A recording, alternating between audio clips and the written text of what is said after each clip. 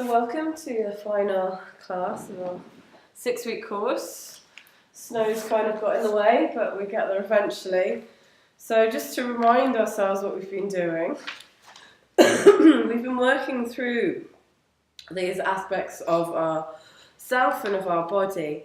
And in this final class, we are trying to come back to, instead of trying to think about ourselves as these separate parts, thinking about ourselves as a whole.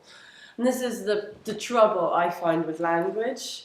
Any words that I find to try and describe, what our physical reality, emotional reality, mental reality, what the soul is, what the spirit is, and how it inspires us, is always going to be received, coated in our own conditioning, our own level of understanding, our own familiarity of use of words and images. So in this class, we're going to kind of come back to the etheric system, which is one I did bring about when I did discuss in the very first class, because our etheric nature, which is the vibratory form of our being, very much creates our physical reality. Without this vibratory, it's just like quantum physics. There is a wave and there is a form. Without the wave, there can be no form. So everything that you see on your body is being created from some form of wavelength. We all have this electromagnetic field. So when we're thinking about today, I have given you all notes, so there is a rough overview of what we've done. I'm not going to go through that right now, but what I would like you to look at is the two diagrams in the middle of the handout. And we'll look at the first basic table to start with, the chakras and their properties. So I skimmed over the chakras in the first class because I find if we start with thinking about chakras, however much you've looked at them or thought about them before, they are a very useful framework in which we can start to understand our whole being, aspects of our whole being, how we come to be who we are, but also our strengths and our weaknesses. So they are a useful framework. But what happens sometimes is if we start with chakras, they become it. And we use these words like we call chakras are the main vortices of the etheric body that connect through all of those planes of existence that we were talking about last time. So the chakra system links us through all of these aspects, but correlates each one of these 7 main centers. There's millions of other little energetic centers, but these 7 main ones, they do have stronger resonance with certain planes, with certain attributes of ourselves. And so they do actually provide a useful framework in which we can start to understand ourselves. For example, if we look at this table, so we have the chakras going across on the top, starting from the root at our base of our body, that relates to the base of our body. That in those pictures of who we are, that connects to our physical realm. Then to our sacral, which is more to do with our hips, our pelvis. Then the solar plexus, which is in our core, which is the thing which in our lower self is our mind, moves us thoughts. And then into our heart, which is, and our higher self starts to become more like our soul, although we talk about our chakra being in our heart, and it has this physical correlation in our heart, but it very much relates us to our soul as well. And then the throat, Vishuddhi, in where our throat is in our lower aspect, and again connects up to the first spiritual plane. Third eye, the second, and the crown, the highest of all infinity. So these are the 7 planes, effectively, correlating to these 7 centers physically. And the reason I wanted to kind of bring you about it this way is that it's not, when we're talking about chakras, mostly it's your root chakra is in your pelvic, in your pelvic floor, your sacral chakra is in your pelvis, your manipuras in your core, anahatas in your heart, vishuddhis in your throat, ajnas in your third eye. And we start to lose the higher meaning of the chakras. So we can look and we can find within these 7 aspects of ourselves, 7 chakras, 7 planes, these 7 vortices, where our weaknesses are and where our strengths. I have described on the back of the handouts that you can go and do in more detail how you can go fully through it, but we'll do it briefly now. Now. So if we look on the location, if you think to yourself, physically, you can even put a little mark with pens. You can even put a circle around the one area that is your biggest weakness. Maybe you do get issues predominantly in the base of your spine, or maybe you are lower abdomen deficient, or maybe it is your belly, maybe it's your core, you don't feel you have any strength there, or the center of your chest near the heart, do you predominantly get circulatory heart issues or chest problems? Throat, do you ever get run down, lose your voice in your throat area? And the forehead between your eyes, do you get eye problems? The throat one can also to do with hearing as well, so you can relate the throat also with the hearing. And then finally, the crown of the head, do you have problems with your brain? Whether it's too busy or you just can't kind of work through the mush. So identify which is your weakness, and then maybe put a little tick in where your strength is, where you're particularly strong. Maybe you do have strong legs and the base of spine can do to the root, the abdomen, the belly. Maybe you have a strong power of digestion. Maybe you have a good fertility rate. Then you would definitely have a strong sacral center. Navel center to do with that core. That's to do with the digestion. So if you have strong digestion, again, like a good circulatory system, strong chest, strong arms, then you have a good heart center. Throat, again, you're very clear in communication, you've got strong projection, not weak at all. And eyesight, in Ajna, if you have strong eyesight, you can put a tick there as well. Then in the colour section, if you circle the colours that you're most drawn to, the colours that you wear, the colours that you like having around you. Obviously we like all colours normally, but just pick the ones that you're predominantly drawn to. And this changes through our life, so we're talking about right now. And then again, you can put I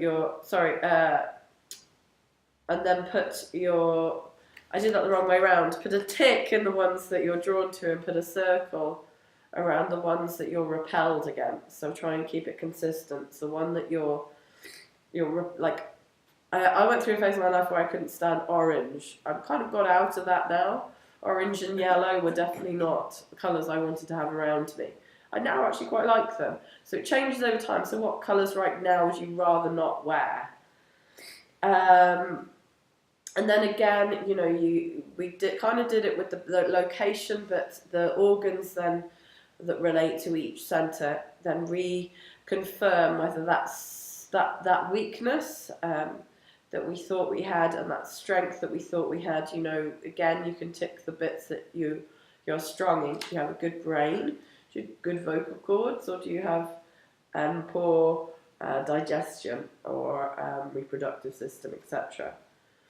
So that one's you've probably already done that with the location. And then, so we get an idea of the higher levels of what they correlate to. When those centers are incorrect balance, the root center brings us stability. It's that which nourishes us. When our physical body is strong, we have vibrant energy and health. When physically we are strong, we can think, we have more stable emotions. When our sacral center is in correct balance, we're able to experience our deepest sensuality and creativity, and through that, happiness and joy. And then our core center, where we experience, when in balance, we experience that courage, that strength, that willpower, and self-esteem. So again, tick any ones you feel you're strong in. You know, you feel you have good willpower, or maybe you don't. Maybe you just want to circle the ones that you feel. Maybe you don't feel like you have good self-esteem at the moment. Then circle them. And in the heart, when in correct balance, we have a greater ability to receive and give love. We're in greater peace and greater acceptance. With our throat, we communicate much better. Our third eye, we're more intuitive. And that creativity that we talked about in the sacral is different. The creativity that we feel in our third eye. The creativity in our third eye is far more... the creativity in the sacral is far more raw, you know. I'm literally creating new beings, you know. The creativity in our third eye is more about seeing ideas and being able to, like, see the full picture and how we go about getting there. And some of us are very strong on that, and some of us don't. So you can also see then the excessive. So circle any of those words that you feel that relate to you, whether you get sluggish, constipated, to do with the root, whether you become obsessive, attachment over partners and friends, oversensitivity, to do with sacral, the core, to do with whether you feel whether you have got a controlling aspect to yourself, or competitive, or power hungry. This is when these centers are we're over focused in one part of ourselves. Yeah. And then the heart center, we become jealous, there's a lack of empathy, we become even codependent, and our relationships become a bit toxic. Throat, gossip, excessive talking, we know people who talk too much, me sometimes. Third eye, headaches, nightmares, lack of focus. Crown, daydreaming. Okay, and then the final one is what happens when they're depleted. So again, circle any of those that you feel. So fear, anxiety, insecurity, guilt, powerless, poor digestion. Circle any of the ones that you're like, yeah, that's definitely how I feel at the moment. And then when you've done that, you might be able to take a scan through your chart to see which centers are the ones either that have predominantly strengths or the ones that have predominantly weaknesses, and there may be a couple. And so today's practice, we are going to try to link them all together to work through all 7 centers, 7 planes of our existence. So I've tried to illustrate in my own diagram how those 7 centers relate to the 7 planes of our existence. They relate to the elements of earth, water, fire, air, ether, and light. As above, so below. So the classical chakra system, as it's taught us, this table, this leaves a little bit of lacking in its connection to our whole self. You know, it's not just about the physical things that are going on. It is very much to do with, you know, where are we mainly living? You know, a lot of us are mainly living in the physical. Some people who are like very much into the sensual, the pleasure of their life, and then other people who are power hungry. They're always thinking of new ideas. And other people who are a little bit more intangible, you know, as they start to exist less in their body and more in these realms. You know, you get creative people. And all of us, as human beings, we all have lessons from this. So we all have strengths and gifts to share with the world, and we all have parts that we need to learn and become in greater balance and harmony with our whole self.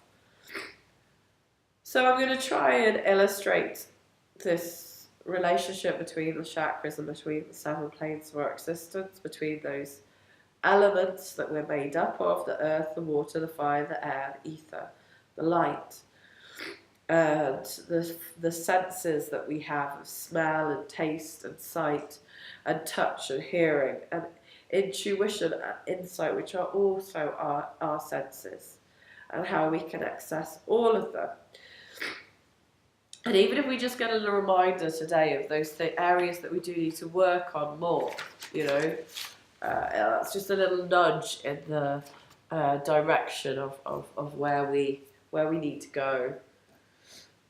So that's enough theory. I was only going to talk for a little bit, and I talked for a lot.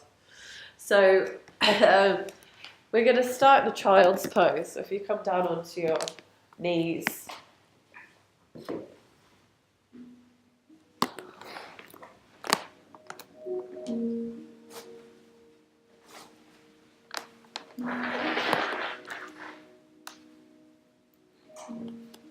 So onto your knees and then sitting. Let's just take a moment and hands and knees actually. Let's bring our hands and spread them wide. Let's bring our knees underneath our hips.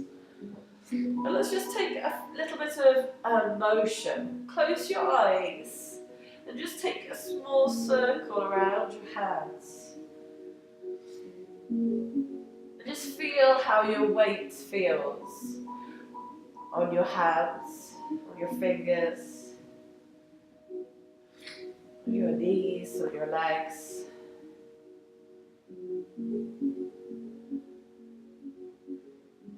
And then reverse the movement the other way. Try and soften your face as your eyes close. Maybe relax your head.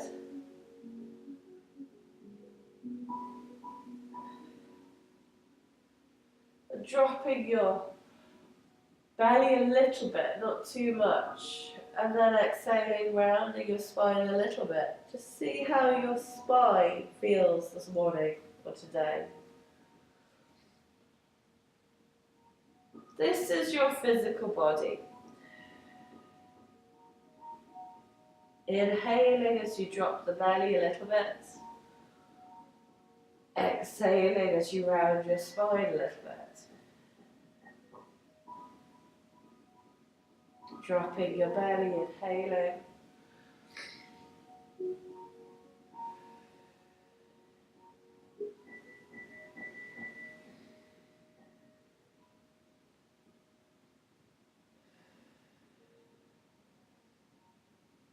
And then sitting back into a little child.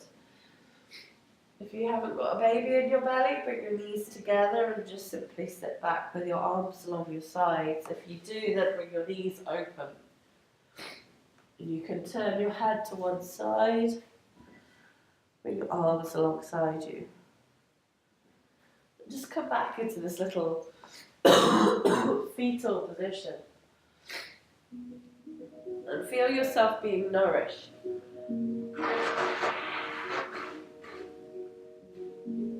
As we go back to feeling our physical reality in this body at this time, try to lengthen your breath. Give your whole weight to the mat, to the ground. So in our first aspect of ourselves, our physical reality, our base chakra, Muladhara, the root. See if you can bring your awareness right down to the base of your pelvic floor. See if you can even pull up on your pelvic floor.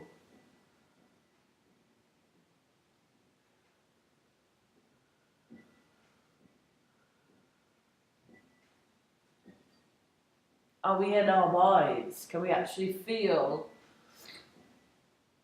our whole physical reality?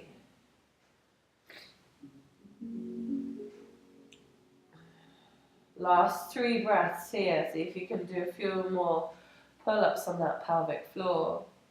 How do you nurture yourself? How do you look after yourself? Do you ignore your physical needs? Are you one of those people that leaves it to the very last minute before cutting your toenails? Yeah? Do you nourish your body with good food? Or do you just eat on the go?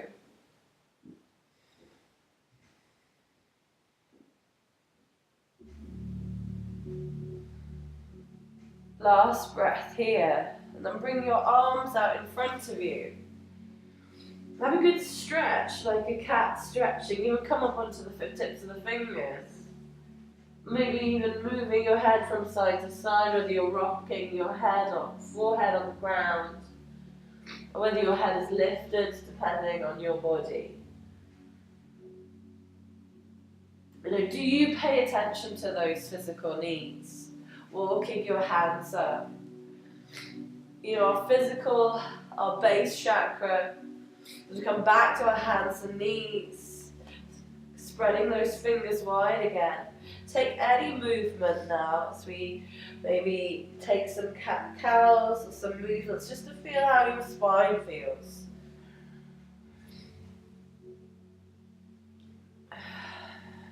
Take a big inhale, a big exhale.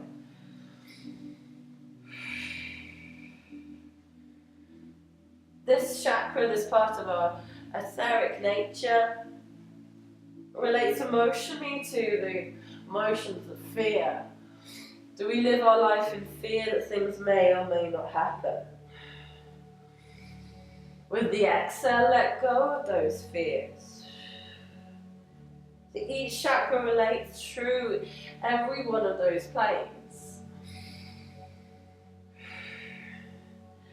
And whatever the imbalance is in whichever one of those planes, it will have a place where it settles, where the dis-ease settles. And if it's fear, quite often we feel it in our lower back. So tucking your toes and walking your hands to your knees, coming up into a dangle, let the feet be hip width apart, and as you have a baby, then they can be a little bit wider. Make sure the toes are turning in a little bit. Just a little bit, and then dangle. Bend your knees as much as you need. Try not to round the spine too much. You can interlace your hands into the crooks of the elbows. And with long, deep breaths, just allow any stresses and strains to go. Spread those toes. Feel your body stable. You can always release your hands onto the ground to give you more stability. If you feel like you're going to fall over, if you feel it's too challenging. The head is relaxed. And if we're not paying attention to our physical needs, our health fails. If we're accumulating too much fear and anxiety, again we start suffering with maybe it's digestion issues, maybe it's elimination issues, bowel issues, lower back issues, spinal issues.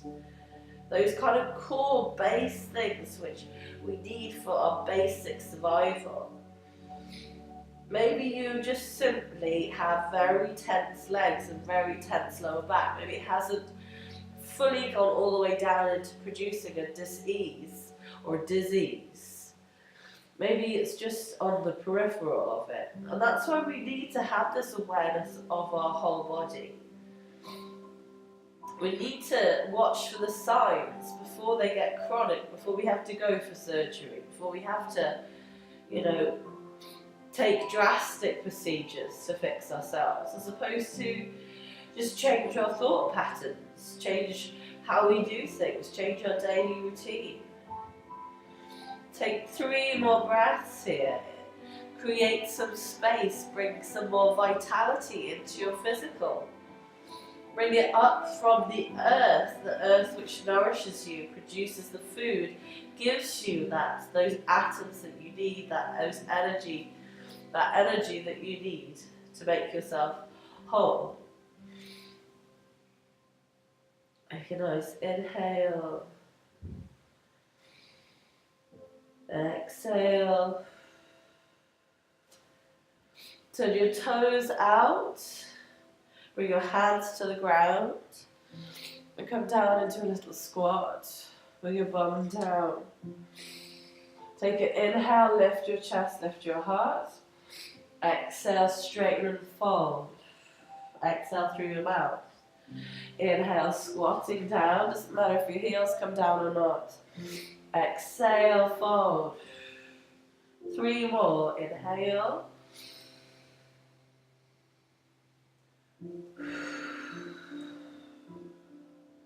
Inhale. Exhale.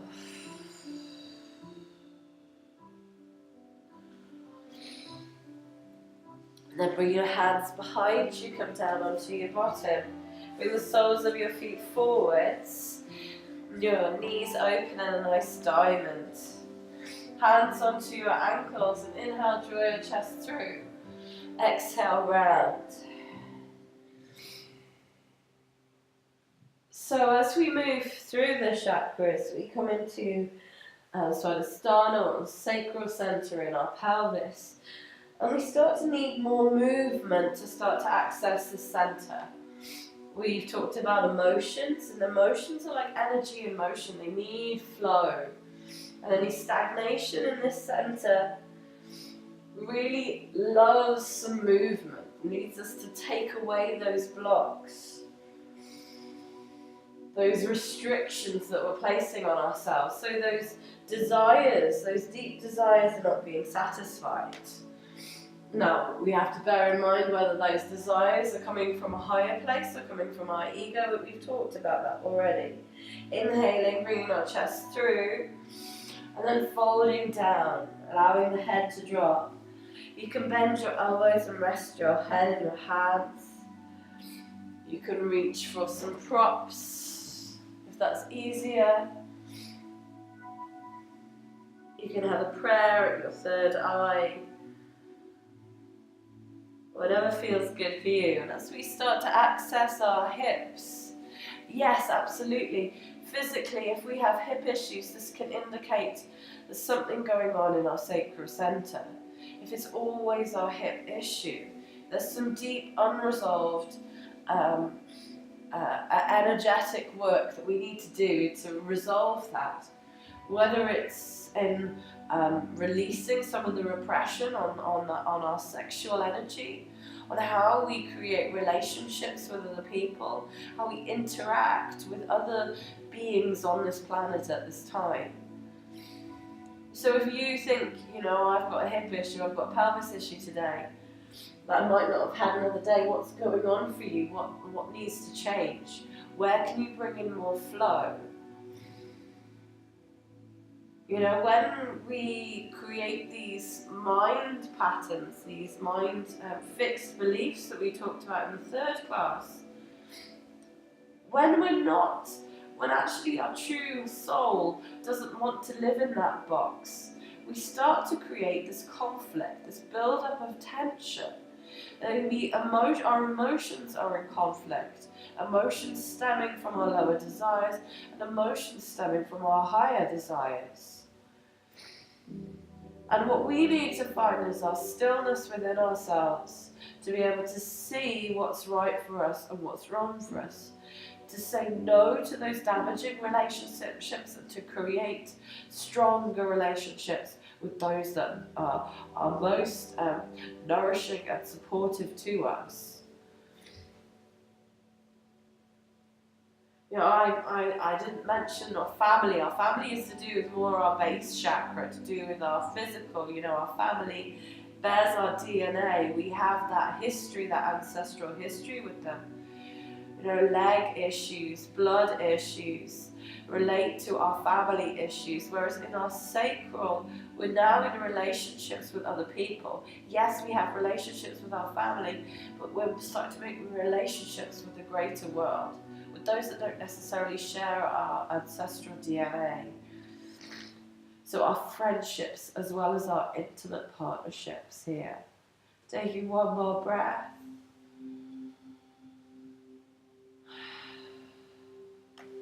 And then bringing some movement. Move away any props. Exhale, draw your knees together, feet to the floor. Inhale, open the knees, draw the knees down. Exhale. Inhale. Exhale. Try to make the movement like water.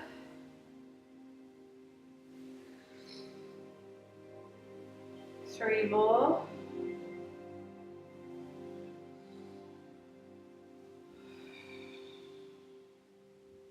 Are you able to go with the flow? And release. Bring your feet around to one side and come back onto your hands and knees. Let's really see what's going on in those pelvis now. Bring your right foot to where your right knee was. So with the knee print, place your ball of your right toes. Exhale, sink back. So your knee is going out to the side. Yeah, that's it. And inhale, come back. Exhale. Inhale.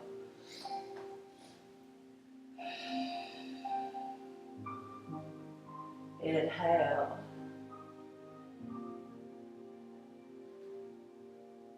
Last 2.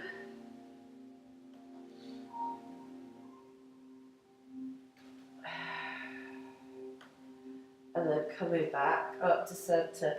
Bring your right foot out to the side a little bit now, on the balls of the toes still, but just bring it out a little bit wider. And just take circles here, so you're kind of just moving your hip, finding new places.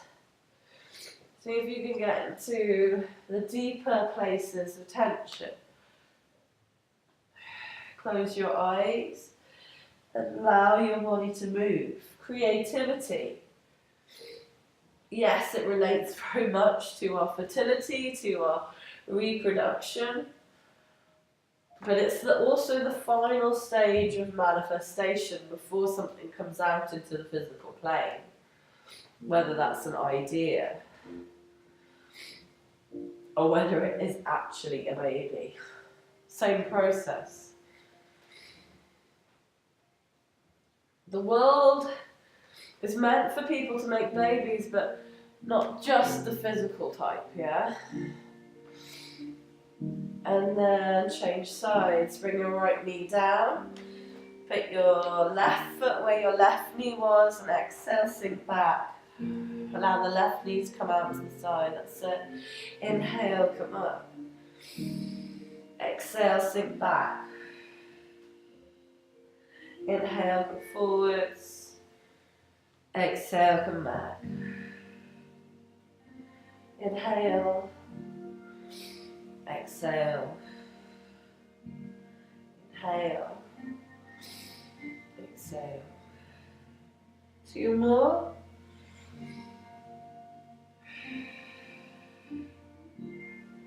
And coming back up. Take the foot out to the side a little bit further than you had before. And take these deeper circles. Now all emotions, the sacral center orientates itself. It has its densest manifestation in the emotional realm. So it does here relate to all emotions, particularly those that have become stuck. But predominantly we again have fear. We start to have guilt as well. You know, particularly, Ireland is fairly sexually repressed. There's a lot of sexual guilt going on because it's obviously bad to have a vagina or a penis, yeah? It's obviously a bit of a sin, yeah? Again, it's when truth has got manipulated to control population by fear, yeah, or guilt. Last one.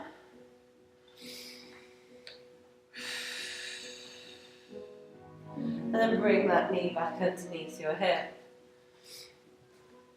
So as we go into the fire center of our core, you know, come into the realm of the mind. It orientates to the mind, Manipura. So if you can draw your belly in and up, so your spine is staying strong. We're trying to activate this bandha here, this center of strength. So you're pulling your core deeply in and back towards the back of your spine. Pull it in and hold. Don't hold your breath. See if you can still breathe here, but hold that core deeply in. Feel the almost fire, the isometric contraction here, creating that fire within your belly. You know, and without fire in your belly, how can you digest anything? Whether it's an idea or whether it is in fact food. You know, poor digestion of ideas, of thoughts, is just as bad for us as poor digestion of food. We need to eliminate the stuff that we don't need, and we just take what we do need without a big hoo-ha about it all. So keeping this core engaged, extend your right leg out and back, keeping your leg parallel with the ground. You can stay here. Try not to knock down the walls of your room. And if you feel okay to do this, bring your left arm forwards, keeping your head down in a line with the spine. So just check where your head is. Are you in line with your spine? Can you reach your fingertips out in front of you? Can you push that right leg back behind you like you're pushing a wall? And you're breathing for 5. You're bringing the fire into your belly. So draw that belly right in. 3. Believing in yourself. Do you have that sense of your own individuality, your gift, your strength of mind? 2. 1 more. Stretch out a little bit more. Engage the core. Engage the bum. And then release everything down. Take any movement that feels kind of good. Do you believe in yourself? Do you feel you're worthy enough to be here? Extend the left leg back. It's very much a core issue, self-esteem. You know, sometimes we don't feel like we want to exist. We don't want people to even notice we're here. Flexing that foot, putting that foot back. Spreading those toes. Physically, we can have a poor strength literally in our core. Reaching that right arm forwards. We have difficulties digesting. Sometimes it's an indication that we are not applying our mind in a direct way. We're not processing things to eliminate things. Believing in yourself, draw the core in and up. 3 more breaths. Stretch out a little more. Kicking that leg away and the right finger stretching away from you. Last breath. And release. Bringing the hands and knee back down. Take any movement.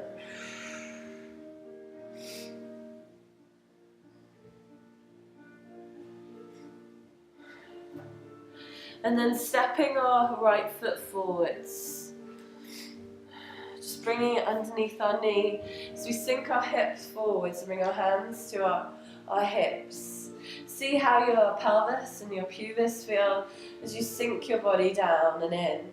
Inhale, stretching those arms up. Let's take a pistol grip. Let's bring some courage into ourselves. Breathing into our hearts. As we start to expand our hearts, we're starting to move into Anahata, but very much still in Manipura, very much still in our solar plexus, our core. Exhale, bring your hands to your thigh, draw your shoulders back. Show the world who you are by opening those shoulders, engaging the core, as we're going to roar after 5 breaths here. So allow yourself to feel that fire building up. Exhale through the mouth if it's too strong.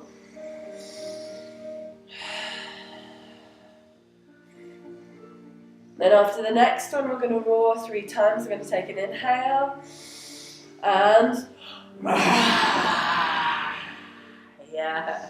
2 more.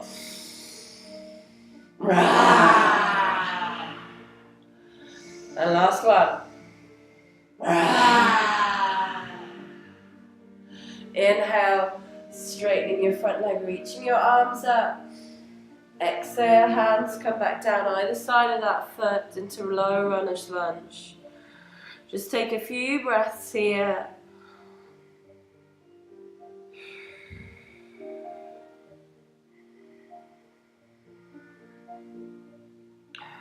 Last one. And then from here we're going to bring that right leg back and extend it back again.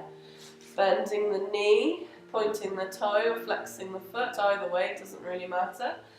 And just pulsing. Engage the core and pulsing that heel towards the sky.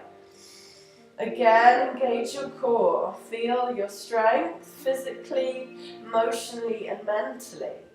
You have the capacity of your mind to change your reality. That gives you strength, that gives you courage. It's not just about how strong you look, how many muscles you have, how tight your arse is. Last breath, last pulse, and release your knee back down. Take a big inhale and a little sigh. Rounding your spine.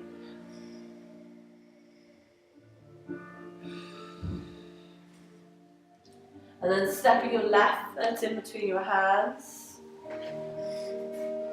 Again, sweeping the arms up, taking a pistol grip. Maybe the way you don't want to. You know, all those times you haven't been courageous. You haven't said what you want to do. You've gone with the flow of the masses. When actually you have a new revolutionary idea that might actually save the planet from its own self-destruction, yeah? Last one. Before bringing our hands to our knees, allowing the fire to build up. Engaging your core, hands are on your thigh or knee. We're going to try what it's like to sound that lion and really mean it, really feel it this time. Take an inhale. Don't feel it, or two more. Last one. Inhale, sweep the arms up. Exhale, hands down either side of that foot. Lifting your hips up, draw that left leg back. Extending it back behind you. Bend the foot, pulsing, whilst engaging your core. So where do you need to build this courage? Where do you need to build this strength? Where can you gain this strength from? Normally, the safest place is to come from the mind. From training our mind. And how to think. Last two. And releasing back down. Coming to sit in a little child's pose. This time with your arms out. You can have a little block or a little pillow underneath your forehead. Bring your arms out in front of you. Another nice variation is to bend the elbows. And just bring the hands behind the head, but that'll probably only work if you've not got a block.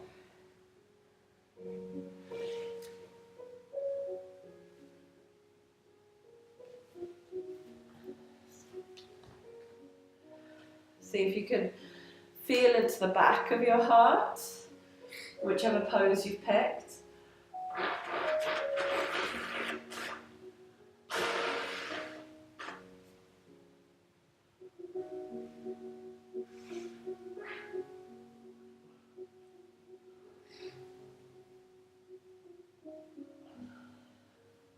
So Anahata relates us to the plane of our soul. You know, and soul qualities of compassion, of empathy, of forgiveness, forgiving ourselves, forgiving others, transcends all of that, those boxes that we put ourselves in. You know, can we live our life forgiving others?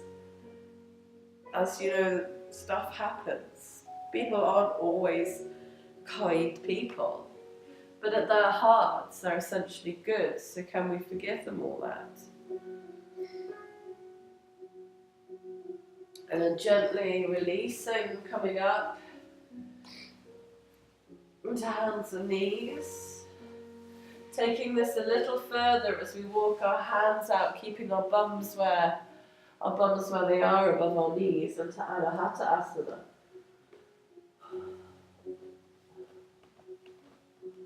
So you can bring your forehead to the ground, onto a block, onto a bolster,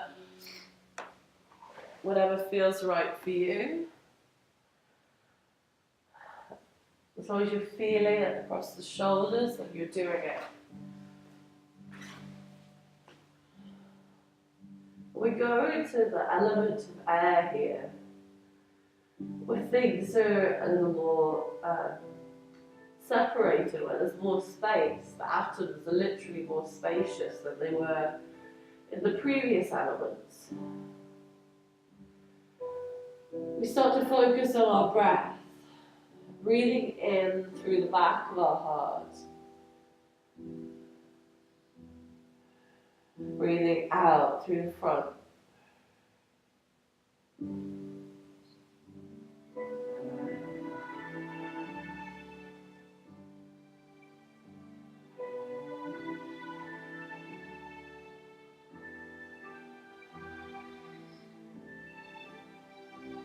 Last 3 breaths here.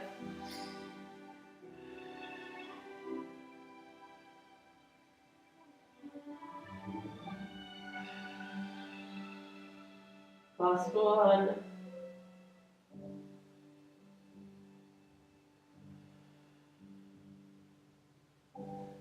And walking our hands up relates to how we connect to our soul. Going to stand on our knees, drawing our hands to the base of our spine, squeezing those elbows in, and lifting the chest nice and high.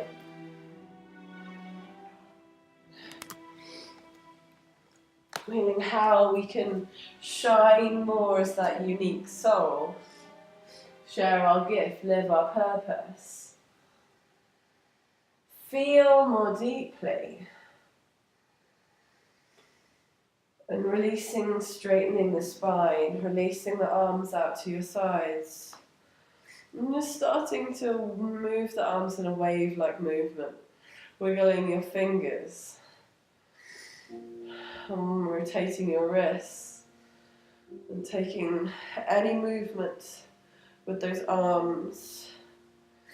Starting to maybe take some twists, moving the arms up as you twist and the arms down as you twist, and feeling where that motion moves your spine.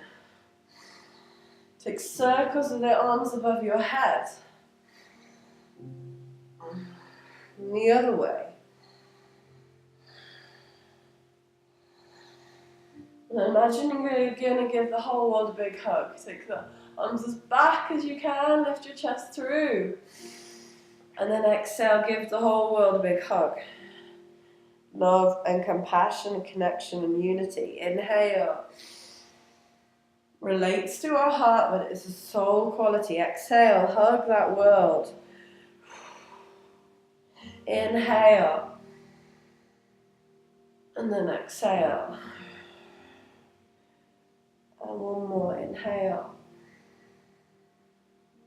Exhale.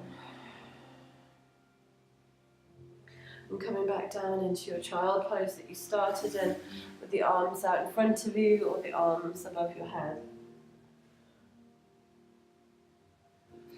Everyone has one of those good souls. It's all about the conditioning. You know, your personality might not love these various difficult characters in political and popular culture. But a lot of what they do has been framed by how they've been brought up, by the conditions and boundaries. And within every one of them is this soul, is this good soul.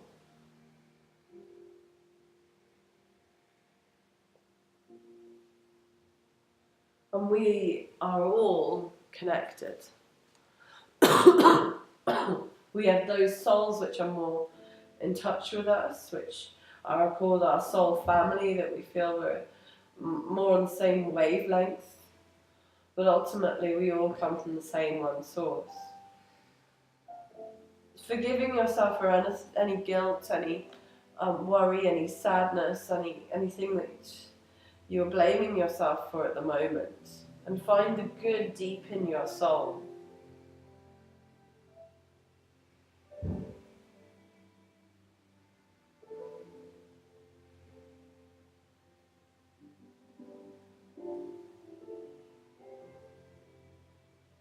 Then seeing the good in all the souls of your family, as annoying as they get sometimes. And the good of all those friends and acquaintances and your community. And the good that's there in all of the world and all of humanity, if we look deep enough. If we look beyond the conditioning, beyond the thought forms, beyond the emotions, beyond the glamour and the desires, the emotional detritus, and then the ugliness and physical diseases of the world, beyond all of that there is true good, true love.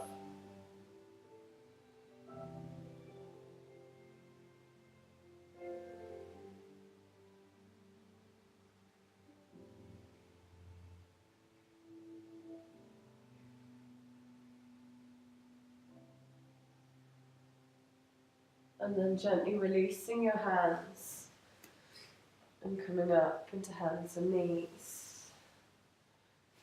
Just seeing how your whole spine feels as you look to your right side to see if you can see your right side of your bum. And then look to your left side to see if you can see your left side of your bum. So just taking this kind of like horseshoe-like movement with the spine back and forth.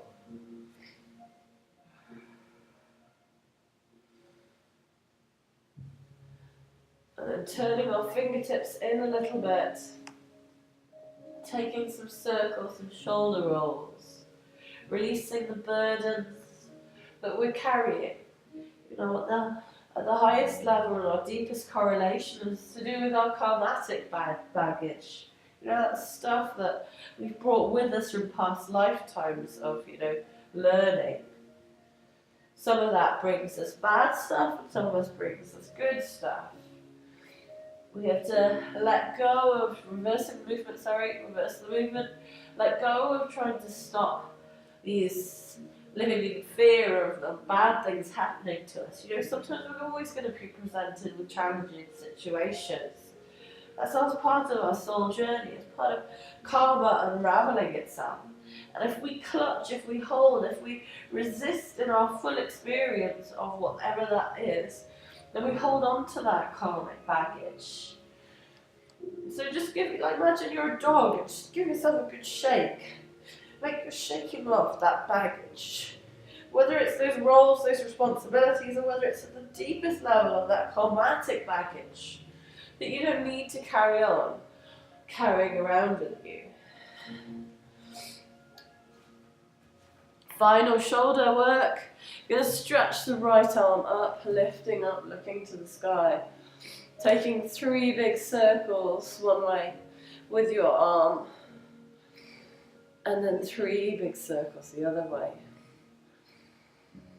Nice big breath. Seeing how your chest and your lungs feel. Releasing, changing sides. Left arm opens up. As wide as you can open, then take as big a circles as you can.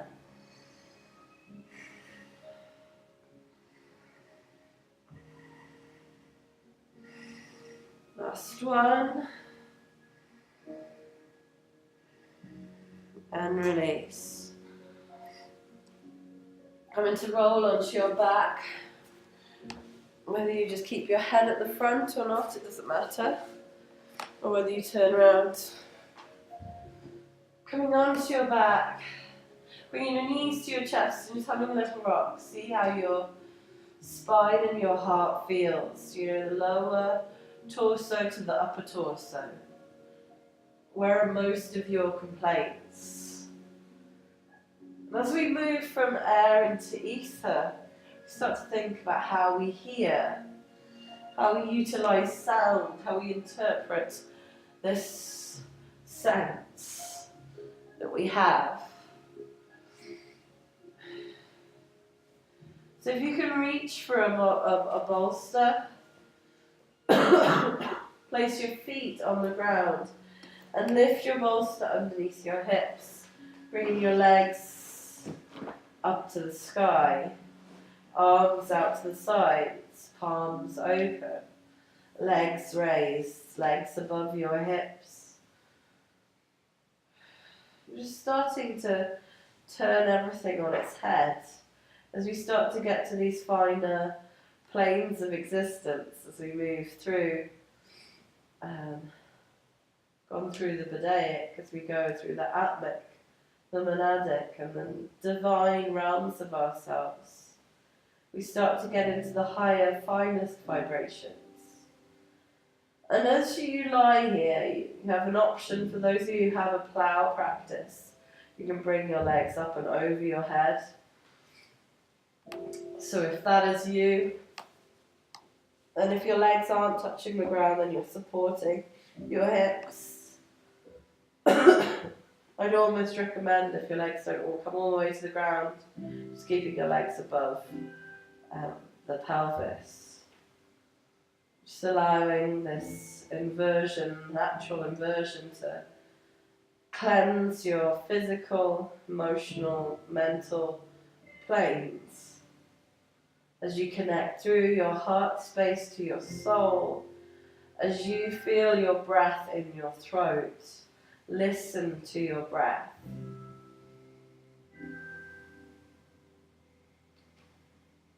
How clearly do you communicate? How clearly do you use your faculty of sound? But equally, how clearly do you listen?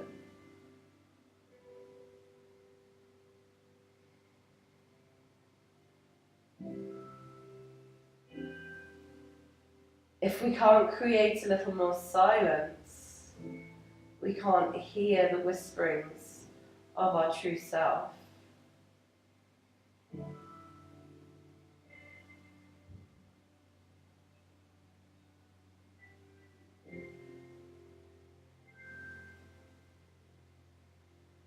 Slight constriction of your throat, listen to the breath.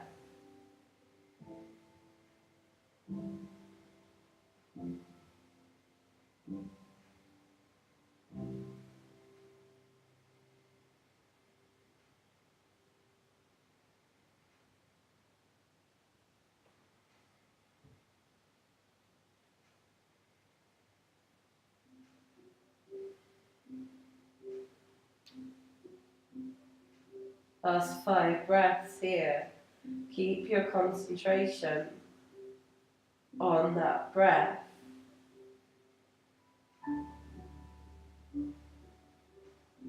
How deeply can you listen?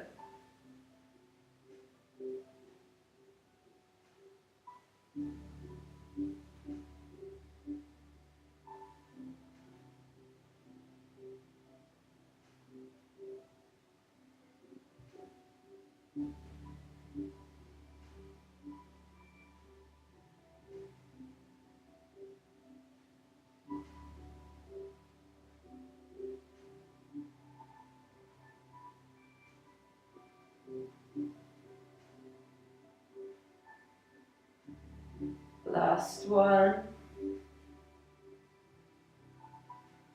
Before gently bending your knees and bringing the heels of your feet towards your bum. And just allow the sensation to happen and observe it.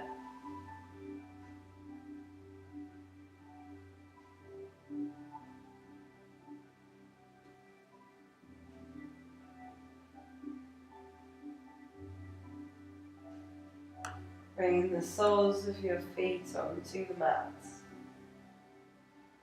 And gently sliding the bolster out away from you.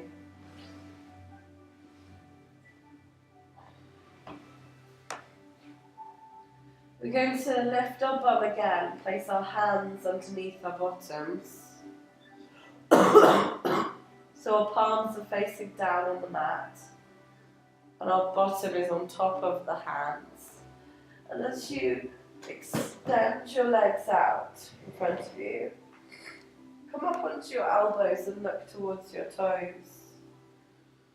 So try and squeeze your shoulder blades under your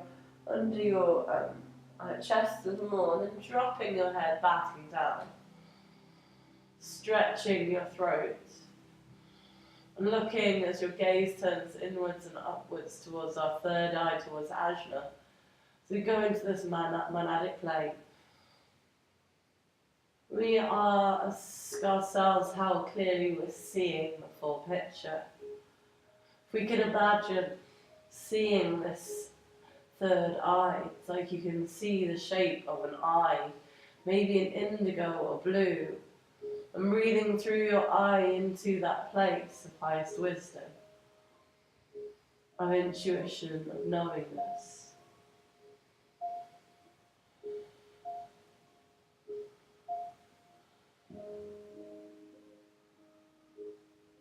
And then releasing, moving your hands away, come onto your back, wiggle your fingers, wiggle your toes. Imagine yourself weightless.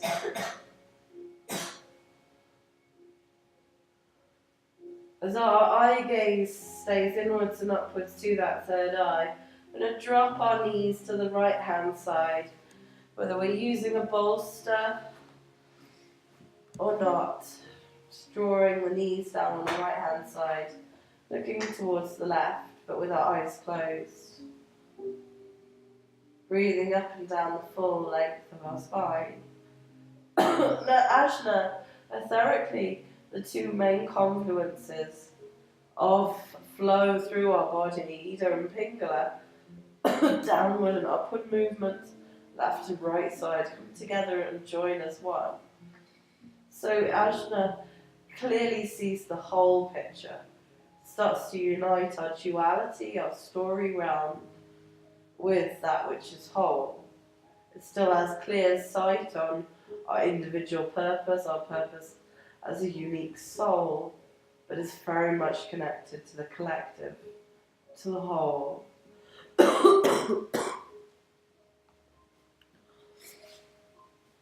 How well do we see physically?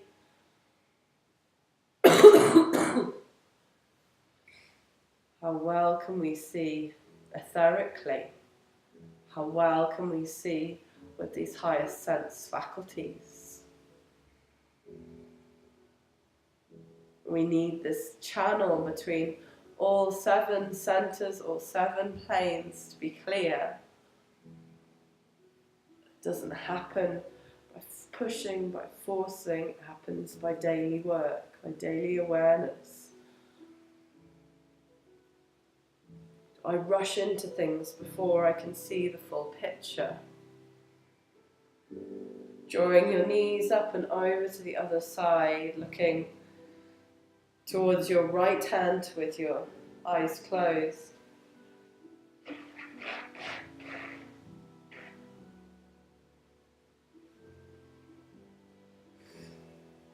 Looking inwards and upwards, aspiring upwards, aspiring up to see the light of unity, the light that connects us, the life that drives us, that makes us who we are. Comparing ourselves to other will never get us anywhere, because you are them, they are you. There's nothing to be competitive about.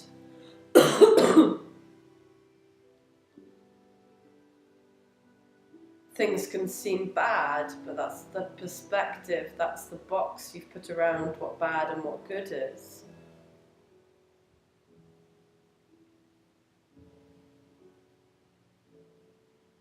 Humanity as a whole, as a collective, is still learning, is still growing, is still yet to fulfill its highest spiritual purpose. And as we as individuals of this collective species work on our own stuff, we inspire others to do their work. We inspire others and more and others. And then before we know it, we're living in a new time, a new world, where our value system is different, where our awareness is different, where our children are brought up in a more holistic, full experience of our spiritual, physical nature than just one side or the other.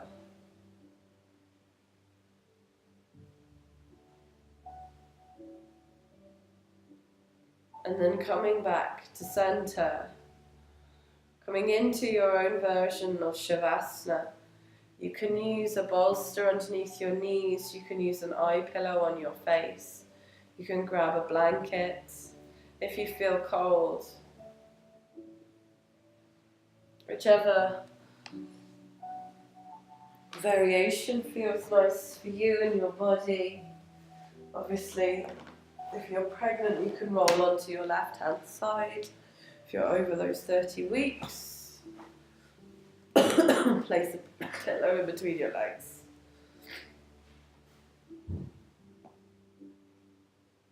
Whichever one of these variations you've done, allow your whole body to relax.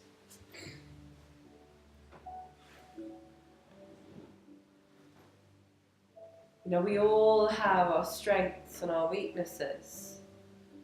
But when we move beyond those strengths, beyond those weaknesses, as we rise up through our ajna into sahasra, our crown, we all become the same. There is no strengths, there is no weaknesses, there is just oneness, there is just infinity.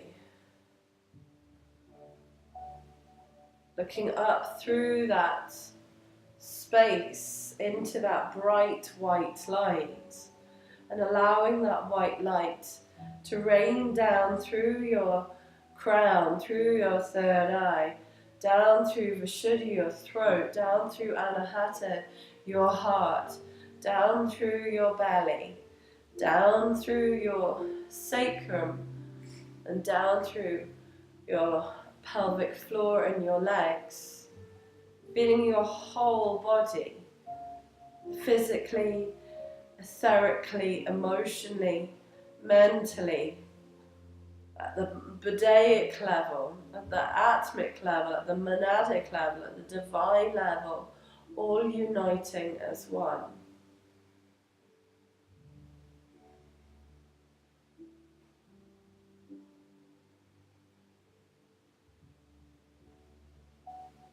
Feeling that light emanating out of your fingers, out of your toes.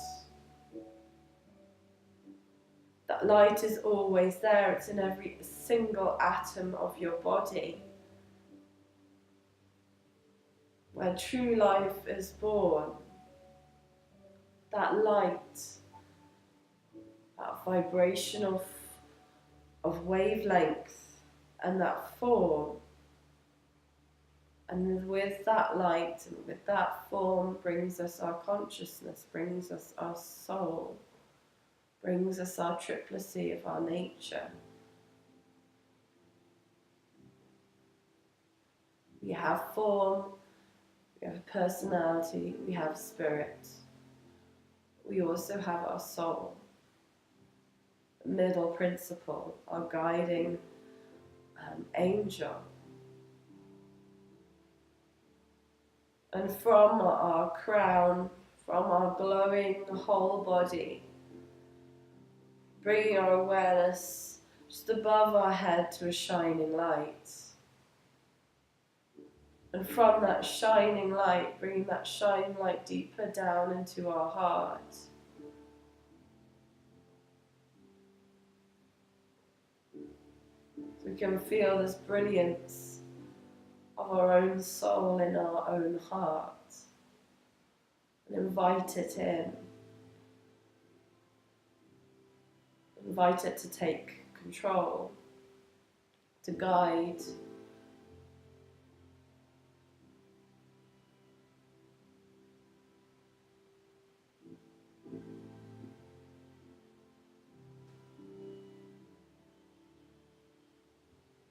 And there is much work to do.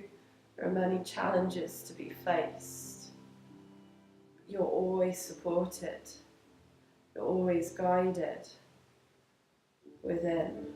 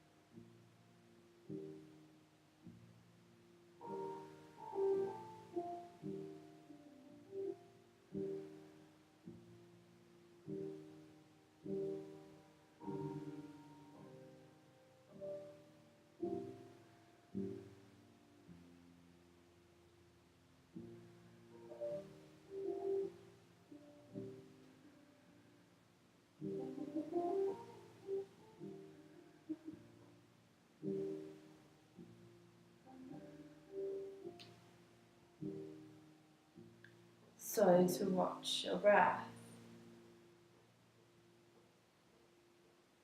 the initial spark of life, creating two polarities, the inhale and the exhale.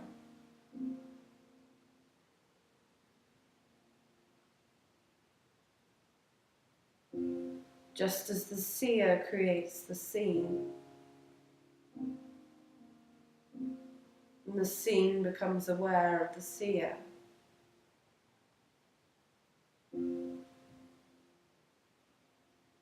As you watch the breath, you feel the presence of the third,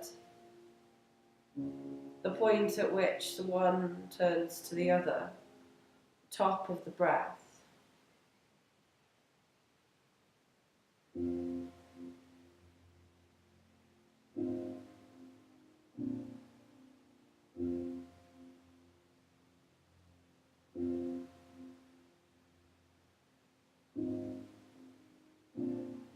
As our consciousness is created,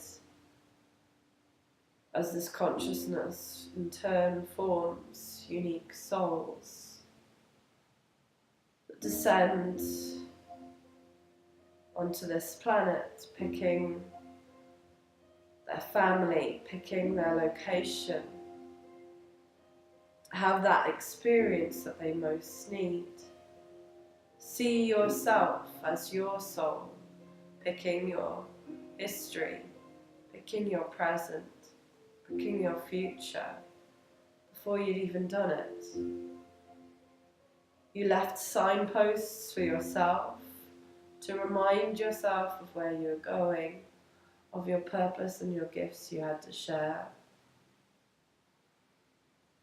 And bring that down through your thoughts as you must learn to train those thoughts, to utilize this faculty for creating thought forms, for manifesting these ideas that come from these higher planes.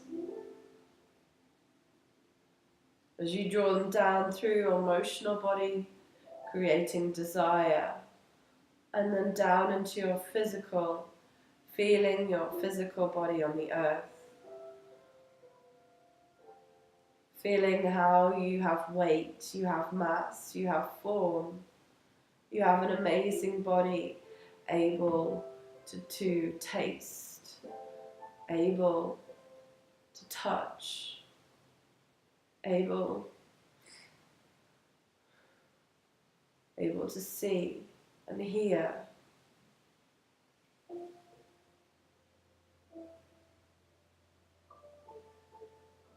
And as you start to come into your senses, feel what it's like to lie on the ground, wiggling your toes, wiggling your fingers.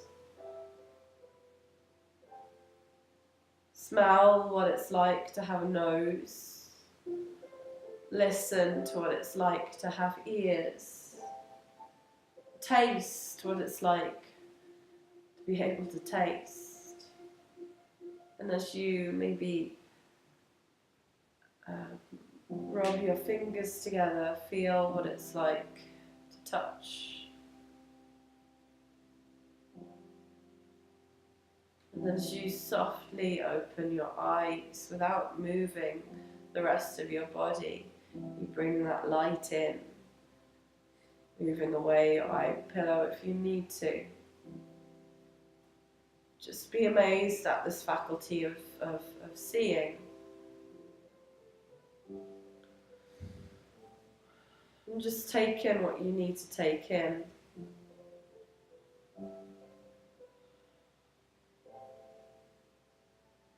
And bring all of that together.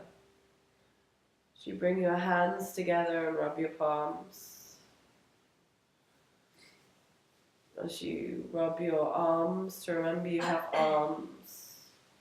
Your shoulders to remember you have shoulders. And your chest and your heart.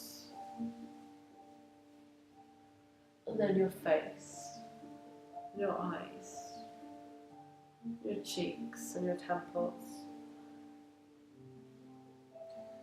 and your scalp of your head. Just sweeping away anything you don't need to be whole. Taking a big stretch. Roll yourself to your left hand side. Give yourself a big kutch, big hug. And thank yourself for this time you've devoted to you completely. Pushing yourself up to sitting when you're ready. Bring your hands together at heart center. Feeling the beat of our hearts as we sound a single Om, the starting vibration of this universe. Taking an inhale and exhale, and then inhale for Om.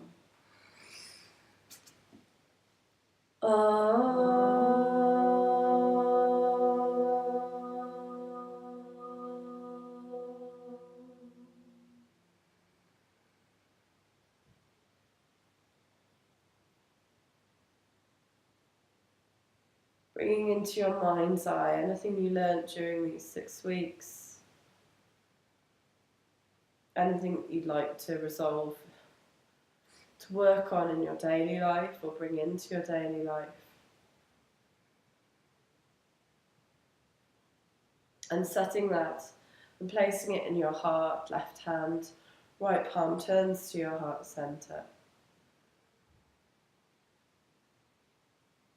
Thank you, namaste. Namaste. Thanks very much for joining me. I have, because I'm so professional nowadays, I have feedback forms that I also send online, but you guys can have them.